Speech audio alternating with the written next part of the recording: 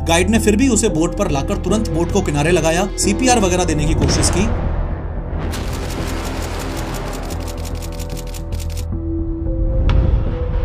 असली प्रॉब्लम यह है कि इंडिया में अम्यूजमेंट पार्क्स और गेम जोन्स के लिए कोई सेंट्रल सेफ्टी अथॉरिटी है ही नहीं। हर स्टेट अपने हिसाब से डिसाइड करता है और जब तक कोई बड़ा हादसा ना हो जाए तब तक कोई चेक भी नहीं करता। वो सीट से स्लिप हो गई और राइड से नीचे गिरकर उनकी मौत हो गई। ये गिरने की हाइट लगभग 20 फीट थी। बाहर तक स्मोक निकल रहा था, अंदर कुछ भी दिखाई नहीं दे रहा था। 27 लोग मर चुके थे, जिसमें कई छोटे बच्चे भी थे। कुछ बॉडीज इतनी बुरी तरह जल चुकी थी कि पहचान में भी नहीं आई। गेम जोन के पास फायर सेफ्टी का कोई सर्टिफिकेट नहीं था, एक भी स्प्रिंकलर नहीं था और सिर्फ एक ही नैरो एंट्री एग्जिट गेट था। अगर बाई चांस हवा में सिचुएशन खराब हो गई तो वो इसे हैंडल कर पाएगा या नहीं, इससे कोई फर्क नहीं पड़ता। एरा गैरा नत्थु गेरा सब इंस्ट्रक्टर्स बन जाओ, क्योंकि टूरिस्ट ही इतने आ रहे हैं। आज की इस 3D एनिमेटेड वीडियो में हम फ्रेम बाय फ्रेम इंडिया के अम्यूजमेंट पार्क डिजास्टर्स, लोकल शहरी मेलों में लगने वाले झूले और एडवेंचर स्पोर्ट्स एक्सीडेंट्स का पोस्टमार्टम करेंगे। एकदम ध्यान से समझेंगे कि क्या गलत हुआ, कौन रिस्पॉन्सिबल था, एग्जैक्टली हो क्या रहा है एंड मोस्ट इंपोर्टेंटली इस सब का सॉल्यूशन आखिर है क्या।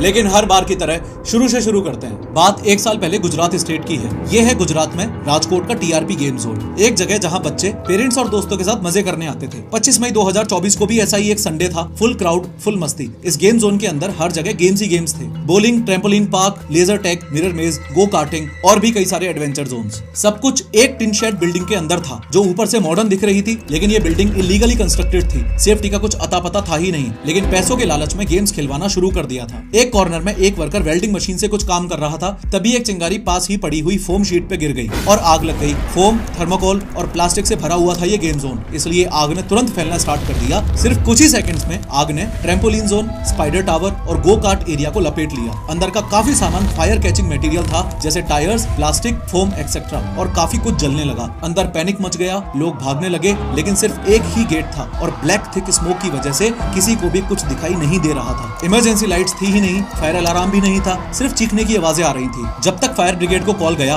तब तक 20-25 मिनट निकल चुके थे और जब वो फायर ब्रिगेड वाले आए तो उन्हें गेट ही तोड़ना पड़ा। बाहर तक स्मोक निकल रहा था, अंदर कुछ भी दिखाई नहीं दे रहा था। 27 लोग मर चुके थे, जिसमें कई छोटे बच्चे भी थे। कुछ बॉडीज इतनी बुरी तरह जल चुकी थी कि पहचान में भी नहीं आई। गेम जोन के पास फायर सेफ्टी का कोई सर्टिफिकेट नहीं था, एक भी स्प्रिंकलर नहीं था और सिर्फ एक ही नैरो एंट्री एग्जिट गेट था। असली प्रॉब्लम यह है कि इंडिया में अम्यूजमेंट पार्क्स और गेम जोन्स के लिए कोई सेंट्रल सेफ्टी अथॉरिटी है ही नहीं। हर स्टेट अपने हिसाब से डिसाइड करता है और जब तक कोई बड़ा हादसा ना हो जाए तब तक कोई चेक भी नहीं करता। इस केस में भी तो यही हुआ ना, बिल्डिंग में मेंटेनेंस चल ही रहा था, सेफ थी ही नहीं बिल्डिंग, लेकिन पैसे कमाने के लिए पहले ही ये अम्यूजमेंट पार्क ओपन कर दिया। सिर्फ लैक ऑफ प्रॉपर चेकिंग की वजह से एक चिंगारी ने 27 जिंदगियां ले ली। सिर्फ एक इसी कांड की बात नहीं है। 6 साल पहले 2019 में गुजरात में ही अहमदाबाद में एक केस हुआ था। यह है कांकरिया का अम्यूजमेंट पार्क, जहां 14 जुलाई 2019 को डिस्कवरी नाम की पेंडुलम राइड चल रही थी। बच्चे, दोस्त, कपल्स वगैरह सब फुल ऑन मजे कर रहे थे। ये राइड 32 सीट्स वाली थी। उस दिन 31 लोग बैठे हुए थे। स्विंग 20 फुट ऊपर जाता था, तभी अचानक शाफ्ट का पाइप जिसपे सीट्स लगी हुई थी वो टूट गया।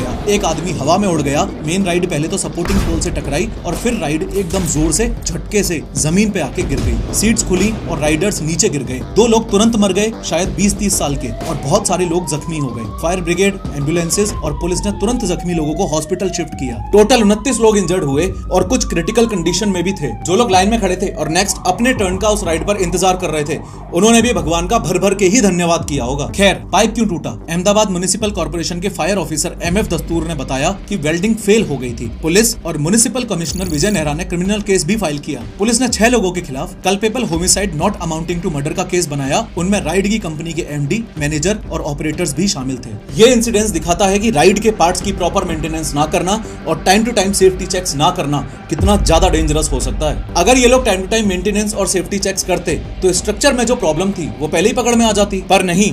थोड़े से पैसे बचाने के चक्कर में बेचारे 2 लोगों ने अपनी जिंदगी गंवा दी। एक फॉल्टी पाइप ने 2 जिंदगियां और 29 इंजरीज कॉज की। पिछले दोनों ही केसों में आपने ये नोटिस किया होगा कि अगर कोऑर्डिनेशन बेहतर होता तो अकाउंटेबिलिटी भी होती और ये इंसिडेंट किसकी वजह से हुआ इस पे ब्लेम गेम भी नहीं चलता। Police, PW department, electrical department, municipal corporation वगैरह सब एक ही प्लेटफॉर्म पर या बेटर कोऑर्डिनेशन में फायर एनओसी एक्सेट्रा प्रोवाइड करने लगे तो इन चीजों पर चेक रखना आसान हो जाएगा। इसका एक बहुत बड़ा एग्जांपल है ओडू। लेकिन बिजनेसेस में दिक्कत यह है कि रियल वर्ल्ड बिजनेसेस में भी सब कुछ डिवाइडेड होता है। एचआर के लिए कोई दूसरा ऐप, अकाउंटिंग के लिए कोई तीसरा ऐप, सेल्स के लिए कोई चौथा ऐप और एंड में सब कुछ मैस हो जाता है। और इस प्रॉब्लम को सॉल्व करता है ओडू। बिजनेस कैसे मैनेज करना है, ओडू सिर्फ यही लिमिटेड नहीं है। असली बिजनेस बनाना कैसे है ये आप भी सीख सकते हो इंडिया के सबसे बड़े टेक एंड बिजनेस इवेंट में, क्योंकि 13 और 14 अगस्त को ओडू ऑर्गेनाइज कर रहा है ओडू कम्युनिटी डेज 2025 महात्मा मंदिर, गांधीनगर, गुजरात में। अगर आप अपने बिजनेस में स्ट्रगल कर रहे हो, बिजनेस स्टार्ट करना चाहते हो या फिर किसी जॉब में हो, इस बात से कोई फर्क नहीं पड़ता कि आप किस फील्ड से हो।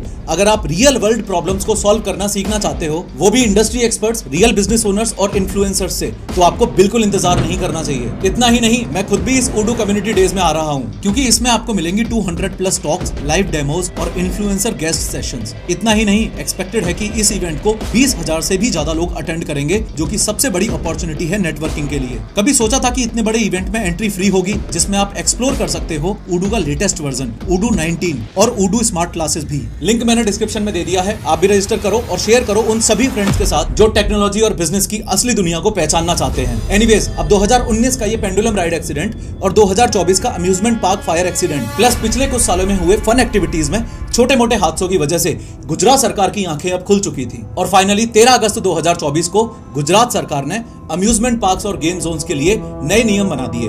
काफी सही नियम थे, जैसे कि पूरे गुजरात स्टेट में मौजूद सभी पार्क्स, गेमिंग जोन्स और यहाँ तक कि टेम्परेरी राइड्स, जैसे कि जो सीजनल मेलों में लगती हैं, भले ही उनमें छोटी राइड्स हो तो भी इन सबको लाइसेंस लेना मैंडेटरी होगा और लाइसेंस अप्रूवल अब सीधे पुलिस कमिश्नर या डिस्ट्रिक्ट कलेक्टर के पास जाएगा। ये लाइसेंस वाला नियम मैनुअली हैंड ऑपरेटेड राइड्स को छोड़ के सभी राइड्स पर अप्लाई किया गया है, जैसे कि पेंडुलम झूले, रोलर कोस्टर्स और स्पिनिंग राइड्स एक्सेट्रा। इंपॉर्टेंट बात यह भी है कि लाइसेंस पाने के लिए फायर सेफ्टी को ध्यान में रखते हुए फायर डिपार्टमेंट का एनओसी लेना पड़ेगा। बिल्डिंग स्ट्रॉन्ग है या नहीं, इस चीज के लिए स्ट्रक्चरल स्टेबिलिटी चेक करवाना पड़ेगा और बाकी सारे नो ऑब्जेक्शन सर्टिफिकेट्स यानी कि एनओसीज भी लेने पड़ेंगे, जैसे कि health and sanitation, electrical and mechanical NOCs, safety wise, तब जाके ही लाइसेंस मिल पाएगा। एक काफी अच्छा रूल ये भी बनाया गया कि राइड इंस्टॉल करने से पहले एक चार्टर्ड इंजीनियर उस राइड की डिजाइन और सेफ्टी को सर्टिफाई करेगा और जरूरी बात यह भी तय की कि स्टेट लेवल गवर्नमेंट इंजीनियर, कम से कम डिप्टी एग्जीक्यूटिव इंजीनियर भी उस सर्टिफिकेट को रिव्यू करेगा। उसके अलावा क्वार्टरली इंस्पेक्शन भी मैंडेटरी किया गया। इंस्पेक्शन स्टेट इंजीनियर करेगा, जिसकी रिपोर्ट लाइसेंस अथॉरिटी तक जाएगी। एडिशनली हर अम्यूजमेंट एरिया में सीसीटीवी लगाना जरूरी है, चाहे बुकिंग काउंटर्स हो, राइड्स हो, एग्जिट्स हो, पार्किंग एक्सेट्रा, सब कवर करना जरूरी है। फुटेज को 30 दिनों तक स्टोर रखना जरूरी है और अगर कोई इंसिडेंट बाय चांस हो भी जाए तो उसको लिखित में रिपोर्ट करवाना होगा और जिस राइड पे एक्सीडेंट हुआ है उस राइड को तब तक बंद रखना होगा जब तक अथॉरिटी अलाउ ना करे। इंश्योरेंस लायबिलिटी भी मैंडेटरी कर दी गई। फॉर एग्जांपल, ऑपरेटर को हर विजिटर के लिए एटलीस्ट 10 लाख रुपए का इंश्योरेंस कवर रखना ही होगा डेथ या परमानेंट डिसेबिलिटी के केस में, और 7.5 लाख रुपए पार्शियल डिसेबिलिटी के केस में, प्लस 2 लाख रुपए हॉस्पिटल का खर्चा। ये बात भी साफ कर दी गई कि एक बार लाइसेंस मिलने के बाद राइड और उसके स्ट्रक्चर में कोई चेंज नहीं किया जा सकता है अनलेस लाइसेंस अथॉरिटी से क्लियर अप्रूवल मिले, और अगर लाइसेंस रिजेक्ट या कैंसिल हो जाए तो अपील के लिए होम डिपार्टमेंट के डिप्टी सेक्रेटरी लेवल ऑफिसर के पास जा सकते हो। अब ये सुन के आपको ऐसा भी फील आ रहा है ना कि यार खतरनाक ही स्टेप्स लिए हैं गुजरात सरकार ने अम्यूजमेंट पार्क्स और गेम जोन्स की सेफ्टी के लिए, और सही है, फील आना भी चाहिए क्योंकि इतने स्ट्रिक्ट रूल्स बना देना बहुत ज्यादा जरूरी था। लेकिन प्रॉब्लम क्या है, उस प्रॉब्लम को ध्यान से समझो। गुजरात में ये मेजर हादसे हुए अम्यूजमेंट पार्क्स और राइड्स वगैरह को लेके, तो चलो सरकार ने नियम बना दिए, लेकिन बाकी स्टेट्स का क्या? दिक्कत ये भी तो है सबसे बड़ी कि ये सारे के सारे नियम जो गुजरात सरकार ने अपने खुद के स्टेट के लिए बनाए हैं, ये सारे नियम एक सेंट्रल अथॉरिटी द्वारा पूरे देश के लिए बनने चाहिए थे। सोच के देखो, सिर्फ गुजरात में ही झूले, मेले, amusement parks, game zones, ride वगैरह हैं क्या? नहीं ना, ये सब तो पूरे देश में है। तो पूरे देश में ऐसे नियम क्यों नहीं लागू होने चाहिए? गुजरात के अलावा अदर स्टेट्स और यूनियन टेरिटरीज के लोगों की जिंदगी की वैल्यू नहीं है क्या? अब क्या बाकी स्टेट्स भी गुजरात की तरह इंतजार करें कि भाई हमारे यहाँ भी कोई बड़ा हादसा होगा तब हम सोचेंगे कोई अच्छा सा नियम बनाएंगे? और एक्सीडेंट्स होते भी तो हैं। अदर स्टेट्स में भी कंटिन्यूअसली एडवेंचर स्पोर्ट्स में एक्सीडेंटल डेथ्स हो रही हैं। जैसे अभी 6 महीने पहले की ही तो बात है, गोवा के नॉर्थ एरिया में एक केरी विलेज है, इधर ही एक हाइटेड पॉइंट पे शाम 5 बजे 18 जनवरी 2025 को फुल ऑन पैराग्लाइडिंग का माहौल बना हुआ था। पुणे से आई हुई एक टूरिस्ट शिवानी डबले, जो कि 27 साल की थी, वो पैराग्लाइडिंग करने के लिए तैयार है और उनके पीछे है सुमल नेपाली, एक 26 साल का नेपाली पैराग्लाइडिंग इंस्ट्रक्टर। ये पैराग्लाइडिंग सेशन एक एडवेंचर कंपनी ऑपरेट कर रही थी, जो कि पुलिस की रिपोर्ट के हिसाब से एक इलीगल एडवेंचर कंपनी थी। इंस्ट्रक्टर और शिवानी दोनों पैराग्लाइडिंग के लिए टेक ऑफ तो कर लेते हैं, लेकिन टेक ऑफ के बाद ही इंस्ट्रक्टर और शिवानी एक रवीन की तरफ गिर गए। क्लिफ से हार्डली कुछ डिस्टेंस ही निकल पाए थे ये लोग कि अचानक पैराग्लाइडिंग फेल हो गई और नीचे गिर के ऐसा भयावह क्रैश हुआ कि भले ही दोनों को क्रैश के बाद हॉस्पिटल ले जाने की कोशिश की गई, लेकिन इम्पैक्ट इतना ज्यादा था कि on the spot he death हो चुकी थी। Following this sad accident, company owner Shekhar Raizada के खिलाफ भारतीय न्याय संहिता के सेक्शंस के अंडर केस फाइल हुआ और एंडेंजरिंग ह्यूमन लाइफ का चार्ज लगा। 100 बात की एक बात यह है कि पुलिस रिपोर्ट्स के अकॉर्डिंग ये पैराग्लाइडिंग कंपनी इलीगल थी। सेफ्टी चेक्स नहीं थे, प्रॉपर गियर्स नहीं थे, ट्रेंड स्टाफ नहीं था और ऑपरेशनल लाइसेंसेस भी नहीं थे। अगर इन सारी चीजों का ध्यान रखा गया होता, एडवेंचर स्पोर्ट्स के नाम पर कोई भी फर्जी आदमी आके अपनी कंपनी नहीं चला रहा होता, तो शिवानी आज जिंदा होती। एक और अम्यूजमेंट पार्क का दर्दनाक हादसा भी कुछ महीने पहले ही दिल्ली में हुआ था। दिल्ली के कापसहेड़ा एरिया में एक अम्यूजमेंट पार्क है जिसका नाम है fun and food water and amusement park. 3 अप्रैल 2025 को 24 साल की प्रियंका रावत अपने फियांसे निखिल के साथ वहां घूमने गई थी। प्रियंका एक प्राइवेट इंश्योरेंस कंपनी में काम करती थी और वो चाणक्यपुरी एरिया में रहती थी। दोनों एंगेज्ड थे और उनकी शादी कुछ महीनों बाद ही होने वाली थी। शाम के लगभग 6:15 बजे प्रियंका एक राइड में बैठी जिसका नाम था टॉप स्पिन। ये राइड ऐसी होती है जिसमें लोग एक फ्रेम में स्ट्रैप्ड होते हैं और वो फ्रेम हवा में घूमता है, ऊपर नीचे घूमता हुआ रोटेट करता है। इस राइड में लोगों को सिक्योर करने के लिए एक शोल्डर हार्नेस और सीट बेल्ट सिस्टम होता है, पर जब राइड शुरू हुई कुछ ही सेकंड्स बाद प्रियंका की सीट बेल्ट फेल हो गई, वो सीट से स्लिप हो गई और राइड से नीचे गिरकर उनकी मौत हो गई। ये गिरने की हाइट लगभग 20 फीट थी। राइड के ऑपरेटर और स्टाफ ने तुरंत राइड बंद की और एम्बुलेंस बुलाई। प्रियंका को तुरंत हॉस्पिटल ले जाया गया, लेकिन तब तक बहुत देर हो चुकी थी। डॉक्टर्स ने उन्हें डेड डिक्लेयर कर दिया। फिर पुलिस ने जाके पार्क की टेक्निकल इंस्पेक्शन की और पता चला कि राइड का सीट बेल्ट सही से लॉक नहीं हुआ था। राइड ऑपरेटर ने सिर्फ आंखों से देखकर बेल्ट को चेक किया था, लेकिन प्रॉपरली मैनुअली पुल करके टेस्ट नहीं किया था। इसलिए जब राइड रोटेट हुई, प्रियंका की बेल्ट लूज हो गई और उसका पूरा बॉडी सपोर्ट खत्म हो गया। दिल्ली पुलिस ने राइड ऑपरेटर, सुपरवाइजर और पार्क के ऑपरेशंस मैनेजर के खिलाफ FIR रजिस्टर की। सेक्शंस लगाए IPC सेक्शन 289 मशीनरी यूज में लापरवाही और सेक्शन 106 नेग्लिजेंस की वजह से मौत। प्रियंका के फियांसे निखिल ने बताया कि उन्होंने स्टाफ को पहले ही बोला था कि सीट बेल्ट लूज लग रही है, लेकिन ऑपरेटर ने कैजुअली कह दिया, अरे ठीक है, कोई दिक्कत नहीं होगी। सोच के देखो ये कितनी बड़ी गलती थी। एक आदमी जो अपनी लाइफ एंजॉय करने और मेमोरीज क्रिएट करने के लिए अपनी फियांसे के साथ आया था, वो यहाँ से क्या लेकर गया होगा। ये पूरा इंसिडेंट हमें यही सिखाता है कि राइड ऑपरेटर्स प्रॉपर्ली ट्रेंड होने चाहिए।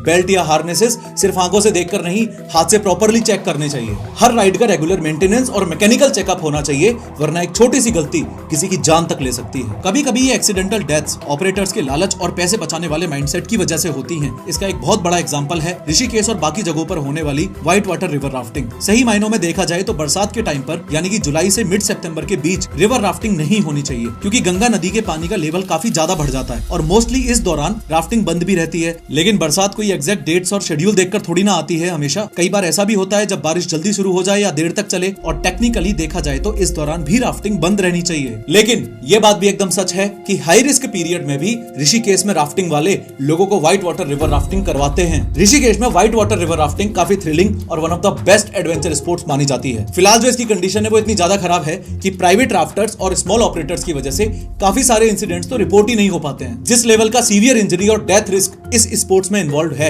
उस लेवल का ऑन रिकॉर्ड डेटा हमको व्हाइट वाटर रिवर राफ्टिंग के रिगार्डिंग देखने को मिलता ही नहीं है। जिन दुकान वालों के पास राफ्टिंग के कॉन्ट्रैक्ट्स, बोट्स एंड इक्विपमेंट्स होते हैं और जिनके पास आप पैसे जमा करवाते हो और लायबिलिटी वेवर पर साइन करते हो, उन्हें राफ्टिंग सर्विस प्रोवाइडर्स बोला जाता है। और जो आपके साथ आपको राफ्टिंग करवाने ले जाते हैं वो राफ्टर्स होते हैं, उन्हें गाइड्स या इंस्ट्रक्टर्स बोल दिया जाता है। जो राफ्टिंग सर्विस प्रोवाइडर्स हैं वो राफ्टिंग पर भेजने से पहले अपने ऑफिस में बिठाकर ये जरूर करवा लेते हैं कि भैया इस पेपर पर साइन कर दो, अगर मर गए तो हमारी जिम्मेदारी नहीं है। चलो ये कॉन्सेंट लेना, लायबिलिटी वेवर और अंडरटेकिंग साइन करवाना एक अलग बात है, लेकिन ये तो राफ्टिंग सर्विस प्रोवाइडर्स की जिम्मेदारी है ना कि जो इंस्ट्रक्टर या गाइड साथ में जा रहा है वो वाकई में प्रोफेशनल हो, बिना किसी प्रोफेशनल के कोई नौसिखिया लोगों के साथ ना भेज दिया जाए। ये भी तो राफ्टिंग सर्विस प्रोवाइडर की जिम्मेदारी है कि राफ्टिंग सिर्फ तभी अलाउड हो जब गंगा का वाटर लेवल सेफ जोन में हो। ये तो राफ्टिंग सर्विस प्रोवाइडर्स की जिम्मेदारी है ना कि इक्विपमेंट सारे के सारे ऑन पॉइंट हो। लेकिन व्हाइट वाटर रिवर राफ्टिंग फिलहाल ऋषिकेश में इतनी ज्यादा अनऑर्गेनाइज्ड है कि टोटल राफ्टिंग पार्टिसिपेंट्स के ऑफिशियल स्टैटिस्टिक्स ही नहीं मिल पाते हैं। यही रीजन है कि ऐसे एक्सट्रीम एडवेंचर स्पोर्ट्स में प्रिसाइज फैटेलिटी रेट्स की एक्यूरेट कैलकुलेशन की भी कोई उम्मीद नहीं की जा सकती।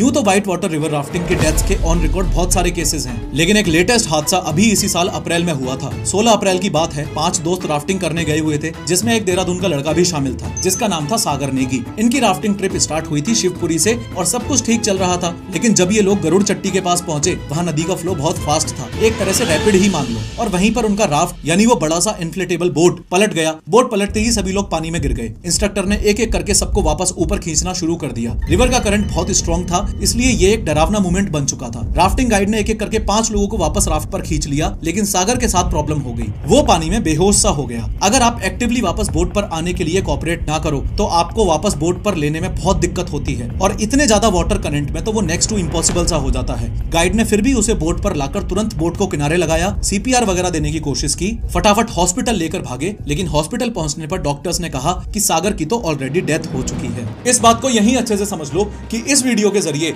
हमारी लड़ाई इस मानसिकता से है कि एडवेंचर स्पोर्ट्स में होने वाली एक्सीडेंटल मौतें सिर्फ इसलिए हो रही हैं क्योंकि किस्मत में लिखा हुआ था। अरे नहीं भाई, ऐसा नहीं है। उठा के तो देखो पुराने के पुराने सारे केसेस।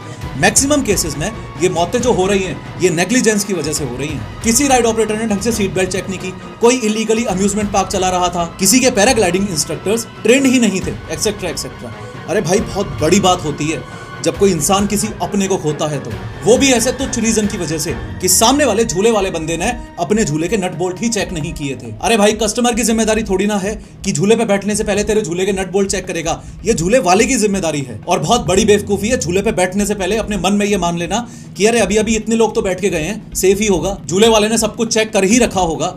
अगर इन राइड ऑपरेटर्स में इतनी सेंस ऑफ रिस्पॉन्सिबिलिटी होती तो फिर क्या ही बात थी। और जब सामने वाले से सेंस ऑफ रिस्पॉन्सिबिलिटी नहीं रखनी होती है ना, तब लॉज बनाने होते हैं, कड़े से कड़े नियम होने चाहिए, वरना लाइसेंस रद्द करने में देरी नहीं करनी चाहिए। और चलो मान लो किसी मेले में झूले पे झूलने से या अम्यूजमेंट पार्क की किसी राइड से मौत ना भी हो, सिर्फ इंजरी हो, तो भाई मैं दूसरे बंदे की लैक ऑफ रिस्पॉन्सिबिलिटी की वजह से खुद पे इंजरी क्यों सहूं? अगर मुझे कोई मिनिमल या सीवियर इंजरी हो जाए तो कोई ना कोई तो ऐसा होना चाहिए ना जो इस चीज की जिम्मेदारी ले। व्हाइट वाटर रिवर राफ्टिंग में जान गंवा देने वाले सागर नेगी के इन्वेस्टिगेशन को 3 महीने हो चुके हैं। सब कुछ पैसिव तरीके से चल रहा है, ना इन्वेस्टिगेशन का कोई कंक्लूजन, ना कोई जिम्मेदारी लेने वाला, कुछ भी नहीं है। लोगों ने एडवेंचर स्पोर्ट्स और एक्सीडेंटल डेथ को कंफ्यूज कर दिया है। बहुत आसानी से लोग बोल देते हैं अरे एडवेंचर स्पोर्ट्स में पार्टिसिपेट करोगे तो मौत तो हो ही सकती है। अब मैं ये नहीं बोल रहा कि ये स्टेटमेंट पूरी तरह से गलत है, मैं ये बोल रहा हूं कि ये स्टेटमेंट बहुत ज्यादा जनरलाइज कर दिया है लोगों ने। इस स्टेटमेंट को स्पेसिफाई करने की जरूरत है। एडवेंचर स्पोर्ट्स में पार्टिसिपेट करोगे तो मौत हो सकती है, लेकिन उस एक्सीडेंट का एग्जैक्ट रीजन क्या था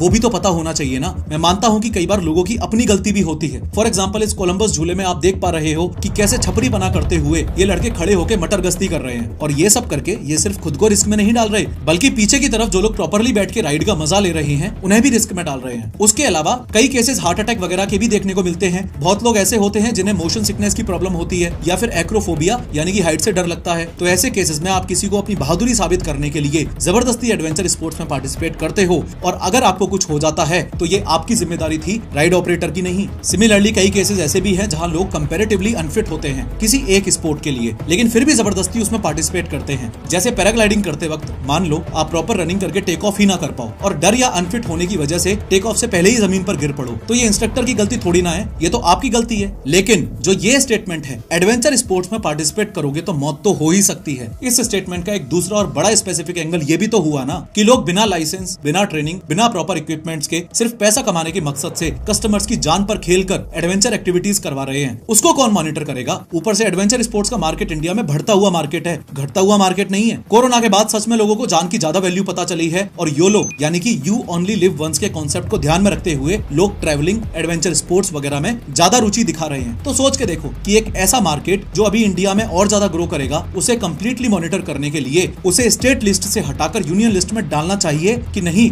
उसके लिए एक सेंट्रल अथॉरिटी होनी चाहिए कि नहीं। कई सारी कंट्रीज में एक सेंट्रल अथॉरिटी या नेशनल लेवल बॉडी होती है जो एडवेंचर स्पोर्ट्स और अम्यूजमेंट पार्क सेफ्टी स्टैंडर्ड्स को बनाती, इंप्लीमेंट करती और मॉनिटर करती है। जैसे अमेरिका में ASTM इंटरनेशनल यानी कि American society for testing and materials amusement rides के लिए स्पेसिफिक सेफ्टी कोड्स बनाता है। ACCT यानी कि association for challenge course technology Zipline, rope course जैसे एडवेंचर स्पोर्ट्स के लिए डिटेल्ड टेक्निकल स्टैंडर्ड्स तय करता है। न्यूजीलैंड में वर्क सेफ NZ हर ऑपरेटर को रजिस्ट्रेशन, रेगुलर इंस्पेक्शन और ट्रेंड स्टाफ रखने के लिए जिम्मेदारी देता है। यूके में HSE यानी कि health and safety executive adventure activities और अम्यूजमेंट पार्क्स को रेगुलेट करता है। ऑपरेटर को एडवेंचर एक्टिविटीज लाइसेंस लेना पड़ता है, लेकिन वहीं दूसरी तरफ इंडिया में सिर्फ ATOAI है यानी कि adventure tour operators association of India, और इसके गाइडलाइंस सिर्फ रिकमेंडेटरी नेचर के हैं, मैंडेटरी नहीं है। कोई सेंट्रल अथॉरिटी नहीं है है। हर स्टेट का अपना अपना नियम है, कोई फॉलो करता है, कोई फॉलो नहीं करता। बाहर कई सारे देशों में इक्विपमेंट्स जैसे हार्नेस, हेलमेट, रोप वगैरह की रेगुलर लैब टेस्टिंग होती रहती है। एक्सपायरी ट्रैकिंग और सर्टिफाइड सेफ्टी ऑडिट होता है। इंस्पेक्शन हर 6 महीने या 1 साल में मैंडेटरी होता है by an independent certified authority. लेकिन अपने देश में कई जगह तो लोकल जुगाड़ इक्विपमेंट्स यूज किए जाते हैं बिना किसी सर्टिफिकेशन के। सेफ्टी ऑडिट कई जगह तो होता ही नहीं है, और जहां होता है वहां भी बस एक फॉर्मेलिटी बन के रह गया है। फॉर एग्जांपल, ऋषिकेश राफ्टिंग या हिमाचल के पैराग्लाइडिंग स्पोर्ट्स में कई बार ऐसे ऑपरेटर्स मिल जाते हैं जो बिना ट्रेनिंग या सर्टिफाइड सेफ्टी गियर के काम कर रहे होते हैं। बाहर के कई देशों में हर ऑपरेटर को लाइसेंस लेना पड़ता है और उनके स्टाफ को भी सर्टिफाइड होना पड़ता है। Zip lines, bungee jumping, paragliding, इन सब के लिए अलग अलग सर्टिफाइड ट्रेनिंग और एग्जाम्स होते हैं। लेकिन इंडिया में लाइसेंस का कोई यूनिफॉर्म रूल नहीं है। कई जगह तो बिना लाइसेंस या एक्सपीरियंस वाले लोग ही एक्टिविटीज चला रहे हैं। इंस्ट्रक्टर ट्रेनिंग के नाम पर कुछ स्टेट्स में सिर्फ 3 दिन का क्रैश कोर्स होता है, जो कॉमन सेंस से ही समझ आ रहा है कि काफी नहीं है। फॉर एग्जांपल, अपने यहाँ ऐसे भी केसेस देखने को मिलते हैं कि पीक सीजन में ज्यादा पैसे कमाने के चक्कर में अगर डिमांड ज्यादा आ रही है तो अनट्रेंड लोगों को भी इंस्ट्रक्टर्स बना देंगे। जिनको बस बेसिक गियर पहनना और इक्विपमेंट्स यूज करना आता हो, वो सर्टिफाइड है या नहीं, इस बात से कोई फर्क नहीं पड़ता। अगर बाई चांस हवा में सिचुएशन खराब हो गई तो वो इसे हैंडल कर पाएगा या नहीं, इससे कोई फर्क नहीं पड़ता। एरा गैरा नत्थु गैरा सब इंस्ट्रक्टर्स बन जाओ, क्योंकि टूरिस्ट ही इतने आ रहे हैं। बाहर कई देशों में हर नियर मिस या एक्सीडेंट को डॉक्यूमेंट करना मैंडेटरी होता है, ताकि बाद में सेंट्रल बॉडी इस चीज को इन्वेस्टिगेट कर सके और अगर कहीं गलती मिले तो या तो फाइन लगाया जा सके या लाइसेंस कैंसिल किया जा सके। लेकिन अपने देश में एक्सीडेंट के बाद ना तो कोई डेटा कलेक्ट होता है, ना ही कोई प्रॉपर इन्वेस्टिगेशन होता है। ऑपरेटर इजीली बच जाता है और डिसीज्ड की फैमिली को अगर कंपनसेशन मिल जाए तो बहुत ही बड़ी बात समझना। एंड मोस्ट इंपोर्टेंटली, क्या ये अपने आप में एक बड़ी विचित्र बात नहीं है कि अगर मैं न्यूजीलैंड की किसी राइड पर एडवेंचर करूंगा तो मुझे बाय डिफॉल्ट कंपैरेटिवली ज्यादा सेफ फील होगा, लेकिन अगर मैं वही एडवेंचर इंडिया में करूं तो, और ये बात तो क्वाइट ऑब्वियस है कि कोई न्यूजीलैंड वाला बंदा अगर अपने देश में आकर वही सेम एडवेंचर राइड यूज करेगा तो खड़खड़ खड़खड़ की आवाजें सुनकर पहले ही मौत दिखने लगेगी और एक्सट्रीमली अनसेफ फील करने लगेगा। देखो, 100 बात की एक बात यह है कि राइड ऑपरेटर्स खुद तो राइड में बैठते हैं नहीं, तो वो तो टोटली सेफ हैं। अब रैंडमली आप उनसे उम्मीद कर लो कि वो आपकी जिंदगी या आपकी सेफ्टी को फर्स्ट प्रेफरेंस पे रखेंगे और खुद की राइड की मेंटेनेंस के खर्चे को सेकंड प्रेफरेंस पे रखेंगे, तो आप एकदम गलत हो। इसलिए कोई सेंट्रल अथॉरिटी, कोई नेशनल लेवल बॉडी या मैंडेटरी लॉज तो चाहिए ही चाहिए, इस बात में कोई दो राय नहीं है। अगर सेंट्रल अथॉरिटी बनेगी, मैंडेटरी लॉज बनेंगे, तो नेशनल डेटाबेस भी बिल्ड होगा। इंडिया में अभी ऐसा कोई भी सेंट्रलाइज सिस्टम नहीं है जो ये बता सके कि एडवेंचर स्पोर्ट्स वगैरह में कितने लोग मर रहे हैं, कितने लोग इंजर्ड हो रहे हैं, कहां मिसहैपनिंग्स हो रही हैं, कोई डेटा नहीं है। जब तक एक सेंट्रल अथॉरिटी नहीं होगी, हम पैटर्न्स ही आइडेंटिफाई नहीं कर पाएंगे, और पैटर्न्स ही आइडेंटिफाई नहीं कर पाएंगे तो सुधार क्या खाक करेंगे। अकाउंटेबिलिटी यानी कि जिम्मेदारी लेने वाला जुमला जो अभी चल रहा है ना, वो भी सेंट्रल अथॉरिटी के होने से काफी कम हो जाएगा। एक्सीडेंट के बाद विक्टिम के परिवार के पास किसी को लीगली अकाउंटेबल ठहराने का सिस्टम होता ही नहीं है। सेंट्रल अथॉरिटी होगी तो पता चलेगा कि किस ऑपरेटर के लाइसेंस कैंसिल करने हैं, किस पर फाइन लगाना है और किस केस में क्रिमिनल नेग्लिजेंस था। इंडिया में एडवेंचर स्पोर्ट्स को लेकर ठोस कानून बनने से वेवर फॉर्म्स का मिसयूज भी बंद होगा। याद है ना, भी थोड़ी देर पहले मैंने आपको व्हाइट वाटर रिवर राफ्टिंग से पहले जिन फॉर्म्स पर साइन करवाया जाता है उनके बारे में बताया था। तो मैक्सिमम एडवेंचर स्पोर्ट्स एक्टिविटीज शुरू होने से पहले लोगों से लायबिलिटी वेवर फॉर्म साइन करवाए जाते हैं, जिसमें लिखा होता है कि डेथ या इंजरी के लिए हम जिम्मेदार नहीं हैं। लेकिन ये फॉर्म्स लीगली एनफोर्सिएबल हैं या नहीं, इस पर कोई क्लियर नेशनल गाइडलाइन है ही नहीं। और central body can regulate and standardise such documents. अगर सेंट्रल अथॉरिटी होगी तो ये लॉज भी मैंडेटरी किए जा सकते हैं कि जहां पर भी अम्यूजमेंट पार्क्स हों, वहां डॉक्टर्स, नर्सेज और एक एम्बुलेंस स्टैंड बाय पर मौजूद होना जरूरी है। कितने सारे एक्सीडेंटल केसेस में लोगों ने जान सिर्फ इसलिए गंवाई है क्योंकि टाइम पर मदद ही नहीं मिल सकी। कहीं पर एक्सीडेंट होने पर एम्बुलेंस नहीं मिलती, कहीं ट्रेंड पैरामेडिक्स नहीं होते। सेंट्रल अथॉरिटी के होने से SOPs यानी स्टैंडर्ड ऑपरेटिंग प्रोसीजर्स तैयार किए जा सकते हैं for emergencies across the India. Already maximum adventure sports remote areas में ही होते हैं, तो सोचो अगर ये एम्बुलेंस वाला लॉ इंप्लीमेंट हो जाए तो सेफ्टी स्टैंडर्ड्स कितने रेज हो सकते हैं। एक्सीडेंट के बाद विक्टिम के परिवार को इंश्योरेंस क्लेम या कंपनसेशन मिलता है या नहीं, ये पूरा सिस्टम ही अधूरा है। सेंट्रल बॉडी के होने से मैंडेटरी इंश्योरेंस क्लेम्स और मिनिमम कंपनसेशन अमाउंट्स फिक्स हो सकते हैं। देखो, बहुत बड़ी बात है कि ऑलरेडी इंडिया को जियोग्राफिक एडवांटेज भी नेचुरली मिला हुआ है। कोल्ड और हॉट डेजर्ट्स, हिमालयाज का 70% हिस्सा इंडिया में है और ऊपर से 7500 किलोमीटर से भी ज्यादा लंबी कोस्ट लाइन। इन सब एडवांटेजेस के चलते इंडिया बहुत सारी एडवेंचर एक्टिविटीज होस्ट कर पाता है, चाहे वो अंडमान की स्क्यूबा डाइविंग हो या हिमाचल का Bir Billing paragliding world cup हो या ऋषिकेश की व्हाइट वाटर रिवर राफ्टिंग। दिक्कत यह है कि आज भी काफी सारे फॉरेन टूरिस्ट इंडिया आने से डरते हैं because of lack of safety assurance. एक strong national regulator adventure sports को सेफ, रेगुलेटेड और इंटरनेशनल क्रेडिबली बना के टूरिज्म रेवेन्यू भी बढ़ा सकता है। ओवरऑल इस वीडियो के थ्रू इंडिया में एडवेंचर स्पोर्ट्स एक्टिविटीज के लिए हम DGCA जैसी एक सेंट्रल अथॉरिटी की डिमांड कर रहे हैं। DGCA का फुल फॉर्म है directorate general of civil aviation. यह इंडिया की एक सरकारी बॉडी है जो हर तरह के सिविल एविएशन यानी कि हवाई सफर से जुड़ी चीजों को मॉनिटर करती है, जैसे कि फ्लाइट सेफ्टी, पायलट को लाइसेंस देना, एयरलाइंस का इंस्पेक्शन करना और नए एयरक्राफ्ट्स को अप्रूवल देना। अगर किसी फ्लाइट में कोई टेक्निकल प्रॉब्लम हो या कोई बड़ा एयर एक्सीडेंट हो जाए तो DGCA ही उसकी इन्वेस्टिगेशन करता है। सिंपल शब्दों में कहें तो DGCA वही बॉडी है जो ये मेक श्योर करती है कि हमारी फ्लाइट सेफ हो, पायलट्स प्रॉपर्ली ट्रेंड हो और कोई भी एयरलाइन लॉ के अगेंस्ट काम ना करे। लिंक मैंने डिस्क्रिप्शन में दे दिया है, आप भी रजिस्टर करो और शेयर करो उन सभी फ्रेंड्स के साथ जो टेक्नोलॉजी और बिजनेस की असली दुनिया को पहचानना चाहते हैं। खैर, इस वीडियो पे क्लिक करके 3D एनिमेशन की मदद से समझो कि काला पानी जेल में लोगों के साथ में क्या क्या अत्याचार होते थे।